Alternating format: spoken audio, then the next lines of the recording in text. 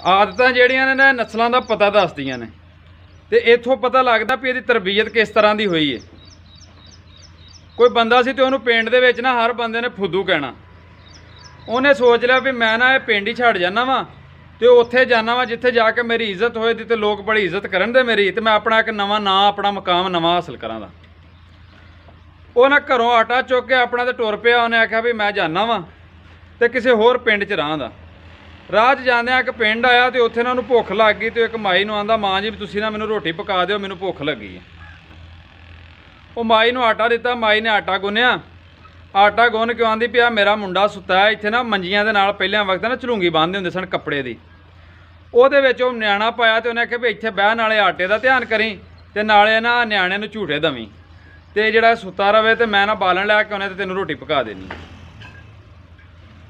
ਉਹ ਮਾਈ ਬਾਹਰ ਗਈ ਬਾਲਣ ਲੈਣ ਵਾਸਤੇ ਤੇ ਜਦੋਂ ਵਾਪਸ ਆਈ ਨਾ ਤੇ ਕਾਵਾਂ ਨੇ ਆਟਾ ਖਾ ਛੜਿਆ ਤੇ ਜਿਹੜੀ ਉਹ ਝਲੂੰਗੀ ਸੀ ਉਹਨੇ ਝੂਟੇ ਨਾ ਦਿੱਤੇ। ਨਿਆਣਾ ਰੋ ਰੋ ਕੇ ਉਹਦੇ ਭੈੜੇ ਹਾਲ ਹੋ ਗਏ। ਹੁਣ ਬੱਚਾ ਸੀ ਮਾਸੂਮ ਰੋਂਦਾ ਰਿਹਾ।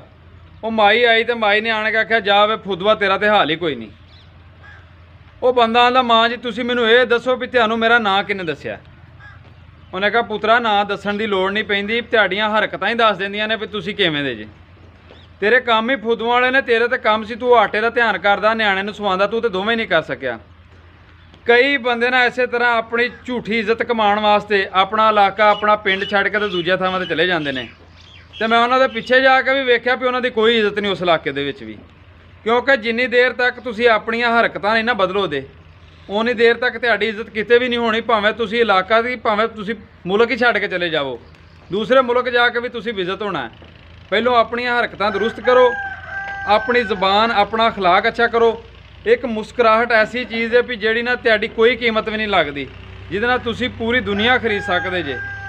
ਕਿਸੇ ਵੱਲ ਵੇਖ ਕੇ ਕਮ ਸੇ ਕਮ ਇੱਕ ਮੁਸਕਰਾ ਹੀ ਛੱਡਿਆ ਕਰੋ, ਅੱਛੇ ਲਹਿਜੇ ਨਾਲ ਕਿਸੇ ਨੂੰ ਖਵਾ ਲਿਆ ਕਰੋ, ਤੁਹਾਡੀ ਵੀ ਅਗਲਾ ਬੰਦਾ ਇੱਜ਼ਤ ਕਰੇਗਾ, ਤੁਹਾਡੀ ਵੀ ਉਹਦੇ ਵਿੱਚ ਇੱਜ਼ਤ ਵਧੇਗੀ। ਜਦੋਂ ਤੁਸੀਂ ਕਿਸੇ ਨੂੰ ਇੱਜ਼ਤ ਦਿਓ ਤਾਂ ਤੁਹਾਡੀ ਇੱਜ਼ਤ ਵਧਣੀ ਹੈ, ਕਿਉਂਕਿ ਜੋ ਦਿਓ ਦੇ ਇਹ ਮੁਕਾਫਾਤ ਅਮਲ ਹੈ ਜ਼ਿੰਦਗੀ ਜਿਹੜੀ। ਅਗਰ ਤੁਸੀਂ ਜੋ ਕਿਸੇ ਨੂੰ ਦਿੰਦੇ ਜੇ ਨਾ ਤੁਹਾਨੂੰ ਉਹ ਹੀ ਮਿਲੇਗਾ।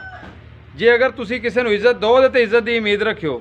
ਜਦੋਂ ਤੁਸੀਂ ਇੱਜ਼ਤ ਦੀ ਉਮੀਦ ਨਹੀਂ ਨਾ ਦਿਓ ਤੇ ਤੁਸੀਂ ਇਹ ਸੋਚੋ ਵੀ ਇੱਥੇ ਅਸੀਂ ਲੋਕਾਂ ਨੂੰ ਇੱਜ਼ਤ ਕਰਕੇ ਤੇ ਇਲਾਕਾ ਛੱਡ ਜਾਵਾਂਗੇ ਤੇ ਤੁਸੀਂ ਉੱਥੇ ਜਾ ਕੇ ਵੀ ਇੱਜ਼ਤ ਹੋਣਾ ਵੇ ਜਿੱਥੇ ਤੁਸੀਂ ਗਏ ਜੇ।